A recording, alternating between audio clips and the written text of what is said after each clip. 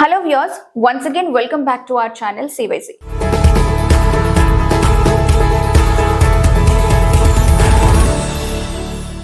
మన ఇండియాలో ఎవరైనా సాఫ్ట్వేర్ జాబ్ వెతుక్కోవాలి అని అనుకుంటే ఫస్ట్ గుర్తొచ్చేది వాళ్ళు ఓపెన్ చేసే ప్లాట్ఫామ్స్ ఒకటి నౌకరీ, ఒకటి లింక్డ్ఇన్, ఇంకోటి ఇండీడ్. సో ఫ్రెషర్ అయినా ఎక్స్పీరియన్స్డ్ అయినా కూడా ప్రతి ఒక్కళ్ళు రెజ్యూమే అప్లోడ్ చేసి అప్లై చేస్తూనే ఉంటారు. అంటే ఈ మధ్య చాలా మంది ఫేస్ చేస్తున్న మెయిన్ ప్రాబ్లం ఒకటి ఉంది. నౌకరీలో లేకపోతే లింక్డ్ఇన్ లో హండ్రెడ్స్ ఆఫ్ జాబ్స్ ఉంటాయి, అప్లై చేస్తుంటారు, కానీ ఏ కంపెనీ నుంచి అసలు కాల్ రాదు, ఎలాంటి రెస్పాన్స్ రాదు. మరి ఇందులో ఎంతవరకు నిజం ఉంది? నిజంగానే ఎంఎన్సీస్ లేకపోతే కన్సల్టెన్సీలు అన్ని కూడా ఫేక్ జాబ్ పోస్టింగ్స్ చేస్తున్నాయా, గోస్ట్ పోస్టింగ్స్ పెడుతున్నాయా అనేటువంటి విషయాలను ఈ వీడియోలో మనం తెలుసుకోబోతున్నాం. వీడియో ఎక్కడ స్కిప్ చేయకుండా లాస్ట్ వరకు చూసేయండి. సో మార్కెట్ లో చాలా జాబ్ పోస్టింగ్స్ నిజంగానే ఒరిజినల్ గానే ఉంటాయి, ఇందులో డౌట్ లేదు. కాకపోతే కొన్ని మాత్రము ఆల్రెడీ ఫిల్ అయిపోయిన జాబ్స్ అయి ఉండొచ్చు, అది చెక్ చేసుకోవాలి. ఇంకొన్ని కంపెనీస్ అయితే మార్కెట్ లో వాళ్ళ గ్రోత్ ని చూపించుకోవడం కోసము మా దగ్గర చాలా పెద్ద పెద్ద ఓపెనింగ్స్ అవుతున్నాయి అని చెప్పి షో ఇవ్వడానికే ఏదో ఒక జాబ్ పోస్ట్ అనేది పెడుతూనే ఉంటాయి. మరి కంపెనీలు ఇలా చేయడం అనేది కరెక్ట్ అని చూస్తే వాళ్ళు ఎందుకు పెడతారంటే, ఒకటి database backup. In case present వాళ్ళ దగ్గర ఓపెనింగ్స్ లేకపోయినా కూడా మంచి రెజ్యూమేలను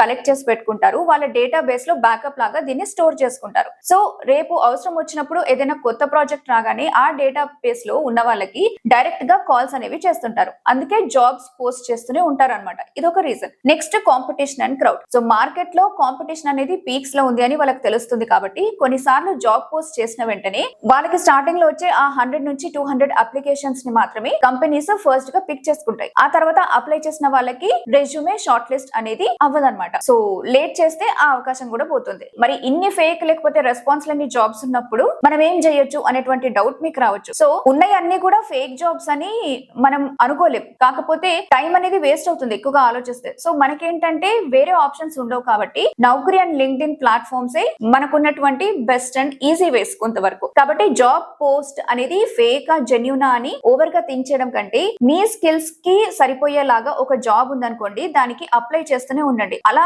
ఒక జాబ్ కి అప్లై చేసి కూర్చోడం కాదు, మల్టిపుల్ కంపెనీస్ అనేవి హైరింగ్ చేసుకుంటున్నప్పుడు మీరు అన్ని కూడా ట్రై చేయండి. సో ఎక్కడైతే సెట్ అవుతుందో, ఎవరైతే కాల్ చేస్తారో అన్ని ఓకే అనుకున్నప్పుడు అప్పుడు అందులో జాయిన్ అవ్వచ్చు. సో ఒకవేళ ఆ పోస్ట్ జెన్యూన్ అయితే ఖచ్చితంగా మీకు కాల్ వస్తుంది కాబట్టి ఇంటర్వ్యూ అనేది కూడా షెడ్యూల్ చేస్తారు. సో ఫైనల్లీ ఏంటంటే, రోజు చూస్తున్నాము ఏదో ఒక కంపెనీకి అప్లై చేస్తున్నాము అయినా కాల్స్ రావట్లేదు అని అస్సలు డిసప్పాయింట్ అవ్వాల్సిన అవసరం లేదు. ఒకటి గుర్తుపెట్టుకోండి, కాంపిటీషన్ అయితే నిజంగానే ఎక్కువ ఉంది కాబట్టి మీ రెజ్యూమేని ఎప్పటికప్పుడు అప్డేట్ చేస్తుండండి.